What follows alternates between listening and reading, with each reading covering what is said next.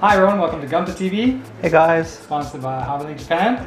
We apologize for not being with you last week. We had the end of our fiscal year and we had a lot of work to do, and then we had an inventory count. Yep. And then we followed it up with a day off. How was your holiday? I enjoyed it. You know, yeah? I spent the day not at work and I did build some Gundam. Oh, that's great. Yeah. And? Oh, Ryan, how's your holiday? I had a great holiday. Thanks for asking, Sid. Yeah. I went to Tokyo Disney Sea. Yeah, so how was it? Oh, it was amazing. Yeah? Yeah. I got a cup. Oh, what kind of cup? A Mickey Mouse cup. Yeah, I got a Mickey Mouse cup this weekend too at the 99 yen store near my house. Mate, this is a limited edition Mickey Mouse 10th anniversary Disney Sea cup. You cannot buy it anywhere else. Ah, Gente. The limited edition stuff. Yeah. Just like Gundam. Well, it sounds like you had a good weekend. Can't compare my cup to Gundam. Anyway, I think everybody here enjoyed having a day off work. Oh yeah, of course. Although I heard Scott spent most of his weekend building the elephant. Yeah, I heard, and he's done a bit, and he's got some special tips to show you. Yeah, so we'll see that coming up soon. Absolutely. But before we get on our Yamato and the Epyon, let's have a look at some cool stuff. Yeah, and I got the coolest. I'll show you You first. haven't even seen my stuff yet. Dude, look how big this is. Oh, alright. So this is the original Yamato. Yeah. The reason I was actually interested in finding this kit was when I was building the Space Battleship. The Space Battleship Yamato, I had to make so many freaking guns. Yeah. And I was like, there's no way ships had that many guns. But then I looked at this thing. It has even more guns than the Battleship. And this kit is amazing, dude. Because look at the size of the bottom. The hull. Yeah. Yeah, look at the size of the hull. It's big. It's huge. This is my kind of kit. Yeah. It's big. I heard you like it. And long. Yeah. But you know this is not snap fit. You need glue and paint, right? Dude, I got tape. I got a knife. Sounds like I'll you need make to it watch. work. Sounds like you need to watch boss builds before you start cutting it. I'm like MacGyver. Yeah.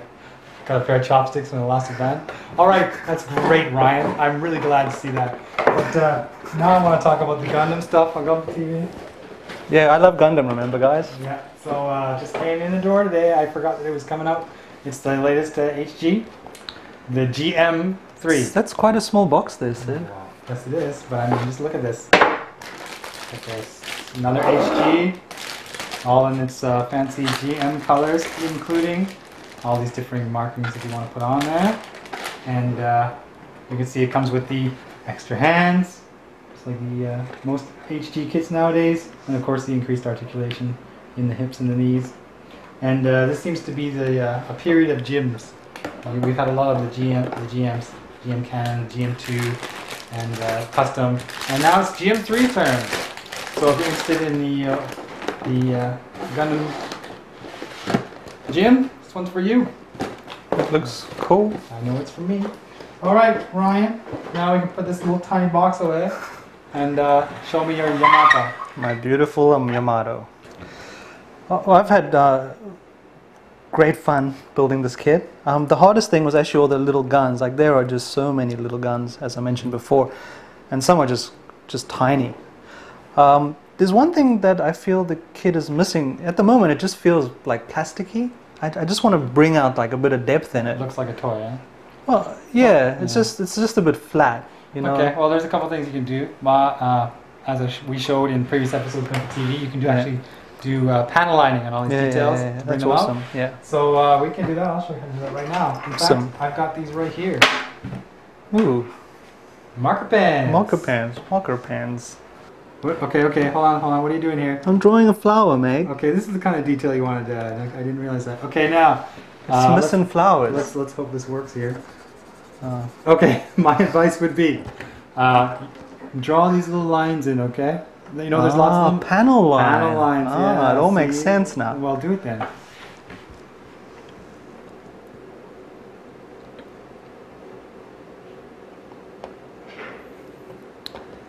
I'm having these visions of you in kindergarten trying to color in the lines. Coloring is for fools. Okay, and once you do that, you can take the Q-tip, cotton swab, just go over what you've done. Yeah. And it will take any excess out of there, leaving the lines. Oh. Yeah, so you've got this detail. It's subtle, There's one other thing I would suggest if you want to get rid of that plasticky look. Yeah. Yeah, and that is putting on a flat top coat. But to do that, we need to go out in the warehouse and we need to get a flat top coat. Let's go. Let's rock and roll. All right.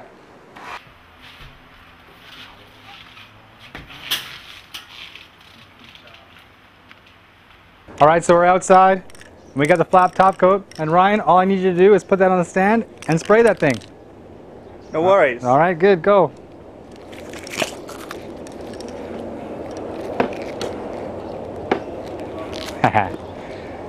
Okay, I haven't told you how to do this yet, so I'm going to tell you now. Hold this thing about 30 centimeters from it and spray it. Spray it everything.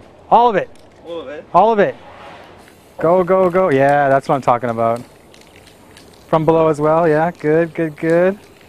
Now you got to do this when it's dry outside, because if you do it when it's wet, it'll start to frost over, especially with flat coat. So make sure it's nice and dry if you're going to be spraying it like this. You probably don't need to shake it up. Yeah, that's probably good. I think so. Now we got to wait about 20 hours or so, and it should be nice and dry and flat. All right, I'll take that. Peace out. Okay, Ryan, so you put the top coat on the... Yep. Yeah, so you just got to let it dry. Yeah. Now, normally you would do like 24 hours or so to make sure it cures properly. Yep. So while we wait anyway, it's my turn. I'm going to talk again about the awesome MG Epyon. This is a very cool kit, Yeah, I must admit. It's completely awesome. Yeah. And not only do you have the wings on the back here, and they even come down low enough that they will help this thing stand, which is good because it's cool. very back heavy. Uh-huh. And probably the coolest part about this is it's chain-like weapon, Yeah. which, due to some excellent engineering on Bandai's part, actually can become fairly sturdy when it acts as a tail. That is cool. So let's have a look at this in a little more detail. Yeah, absolutely. Cool. Alright, so with the Epyon, not only do they give you this chain weapon and this little sword here, but they give you these accessories, and I'll bring them out here really quickly. For the sword, you can put its beam effect part on, as well as its handle.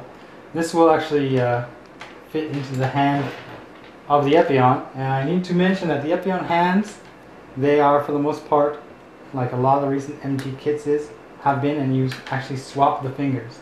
So if you get the appropriate finger and hook it up with the beam sword, and then you have to put it back in on the kit, and then you can pose it. It's different from some previous MG kits that have their own independent fingers. These ones, you have to do it this way. But once it's on there, it's all gravy. It's just a little bit heavy though. And you have, of course, extra hands for its posing, open and able to grip the weapons. It comes with 2 attachments for the stand, and we'll talk about that later. And probably the coolest part about this whole kit, besides the fact that, you know, it's got a chain weapon and it has this really posable neck, is that you can transform this baby. So I'm going to go ahead and I'm going to transform it. Are you ready, Ryan? I'm ready. Alright, well let me take off this stuff here.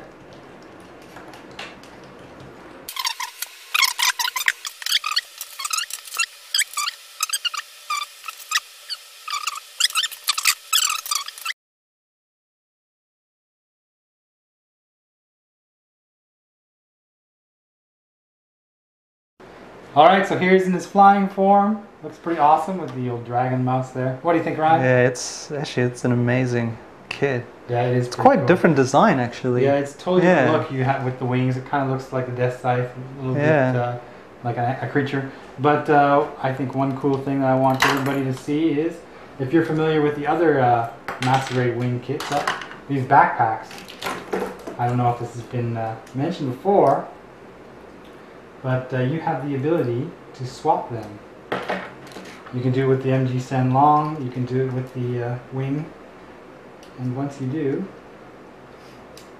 so I need the thruster back on here.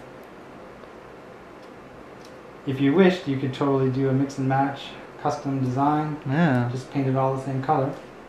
And I'll have my wing / Epyon ready to go.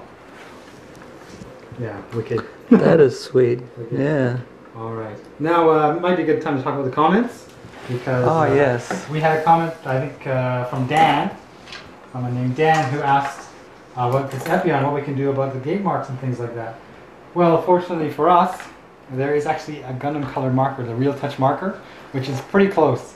And the latest issue of the Hobby Japan magazine here in Japan mentions we should use the Real Touch Red, which is available singularly or in this marker set right here. And if you use it just like you would a normal red or blue marker, you can clean up your nubs, wipe away the excess, and you should be able to cover up all those little blemishes fairly easily. Yeah. And speaking of comments, we had some strange ones this last episode. No doubt. Somebody actually asked if I play Black Ops. Yep. Call of Duty Black Ops. And he does. I spend a fair amount of time on that game. He does it on the PS3, I do it on the PS. Yeah. No, I don't. On the PC. Yeah. I do it on the PlayStation 3. Yeah. So maybe if you've ever played the PlayStation 3 version of Black Ops, I've shot you in the head. He's really good. Really I just good. Prestige the other night. They had double XP. Yeah, he's prestige like 7 times. Yeah. And last question I can answer. Someone made a comment about the Shinanju beam rifle. They asked me how I painted it. Well, basically, because I use spray cans, what I did with this guy is I sprayed down a gloss aluminum first, and then I masked off each little tiny section that I wanted to stay the gloss aluminum color, and then I sprayed it with the gunmetal color. How long did it take you to do this? I spent like 4 days doing just the gun. Wow. I added the decals from the MG Shinanju, and then I put on the Aurora stickers on the front here.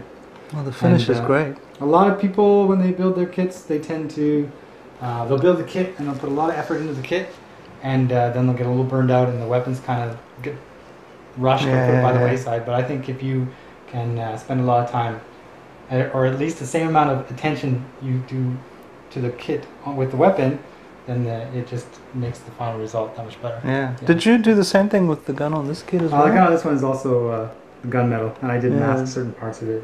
That's cool. But, that's why Syd is the master. No, nowhere near. Nowhere near. Actually, talking about building kits, we're actually sponsoring a competition with our buddy Cam. He's running the Europe Gunpla contest. Mm-hmm. We'll have a link in the show notes or below. And if you've got a hot kit that you want to enter, go ahead. There's some pretty sweet prizes in there. All right, yeah, for sure. Like, even if you don't have confidence in your skills, you can only get better. But you want other people to see your work, right? Because then you'll get comments. Help you out. That's how I learned a lot. Competition makes you stronger. It's true. Yep. All right, next episode, next week, I'll be looking at a snap fit plastic model kit. Yep. But it's not one that we've shown on the show before. Yep. And you'll have your thing. Yep. And I'll also show the Yamato completed. Yeah, it should be fun. That'll be the end of the Yamato. All right. All right. So we'll see you then. See you then, guys. Hi everybody, I'm Scott Hards, the guy who runs HobbyLink Japan and the boss in Boss Builds. Welcome to our new segment where we're going to try to help those of you who'd like to make the jump from building snap fit kits like the Bandai Gundam stuff into more traditional plastic models which require glue and paint. And as you may know from our little survey that we had on Gunpla TV, we're going to start off that lesson with this, the new Tamiya Toyota LFA. It's an awesome kit of the new Toyota supercar. There's a lot of detail parts in here, as I showed you before. Now that doesn't necessarily mean that this is going to be a hard kit, it just means it's going to be a little bit more work. Now we're going to do all of this right here in my home modeling area, desk, zone. You know, I thought about cleaning up a bit, but then, you know, this is what it always looks like, so that would kind of be fake. So we'll just leave it like it is and go with that. Now I do want to make one thing clear. Even though I do run a hobby products company, that doesn't mean I'm some world-famous award-winning modeler. But I have built a few dozen kits in my life, and I think I know enough about the basics that I can teach you stuff like what we're going to learn today, which is how to properly cut parts off a runner and how to glue parts together. And we've got a lot to do on this beautiful new kit, so let's get started. Every modeling project starts with a trusty pair of nippers. Avoid the cheap ones, though. They can crush rather than cut the plastic. Get a set that has the cutting edge flush against one side.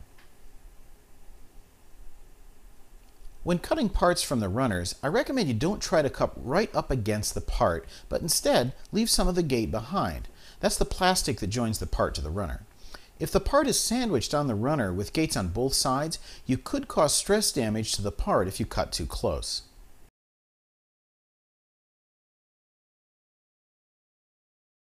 Once the part is free from the runner, There's no risk of that damage, and you can now use the flat side of your plastic nippers to cut off the remaining bits of the gates. The nippers alone seldom do a perfect job, however, and that's where your hobby knife goes to work. Of course, make sure you don't point the cutting edge down into the part as you work, or you could be doing serious damage to the parts. It also bears stressing that hobby knife blades cut flesh effortlessly, so be careful.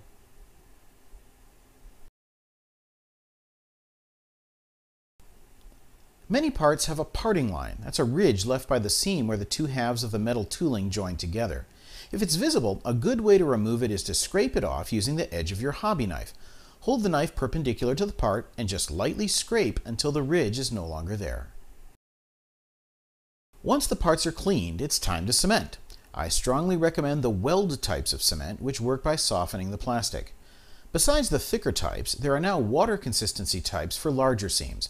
And if the odor annoys you, you can now buy types that use limonene, a hydrocarbon that smells exactly like oranges. It works a little slower, but smells great. What you don't want to use are the tube-type glues. These glues are very hard to work with and control. I usually end up getting as much on my fingers as I do on the parts. Use the weld-type cements instead. Also, keep in mind that if your kit has moving parts, such as the wheels in this kit, there are probably parts that are assembled without cement. These are clearly marked in the instructions. In certain cases, you may want to avoid cementing some delicate or large parts so that they can be removed after you've finished your kit for transport or storage. Before you cement any parts together, make sure that you understand how they go together and check that they've been cleaned properly by test fitting them. For medium-sized parts with simple assembly like the muffler here, the standard weld-type cement works great. Just gently brush a small amount onto one of the parts. Put them together and hold them tightly for a few seconds.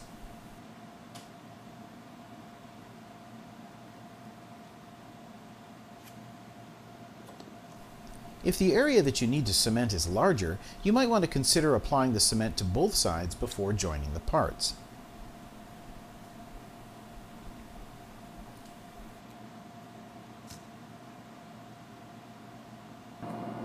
The extra thin type of cement is used differently, however. Rather than applying the cement and then joining the parts, you do it in reverse order. Put the parts together and then lightly touch the brush with cement on it to the seam to be bonded. Capillary action will draw the cement down into the seam and weld the parts together. This type of cement is especially useful when cementing large parts together, such as aircraft kit fuselages and wings, but it can be used anywhere you like. Once you've applied cement to all of the seams, give the assembly a squeeze for a few seconds and you should be ready to go.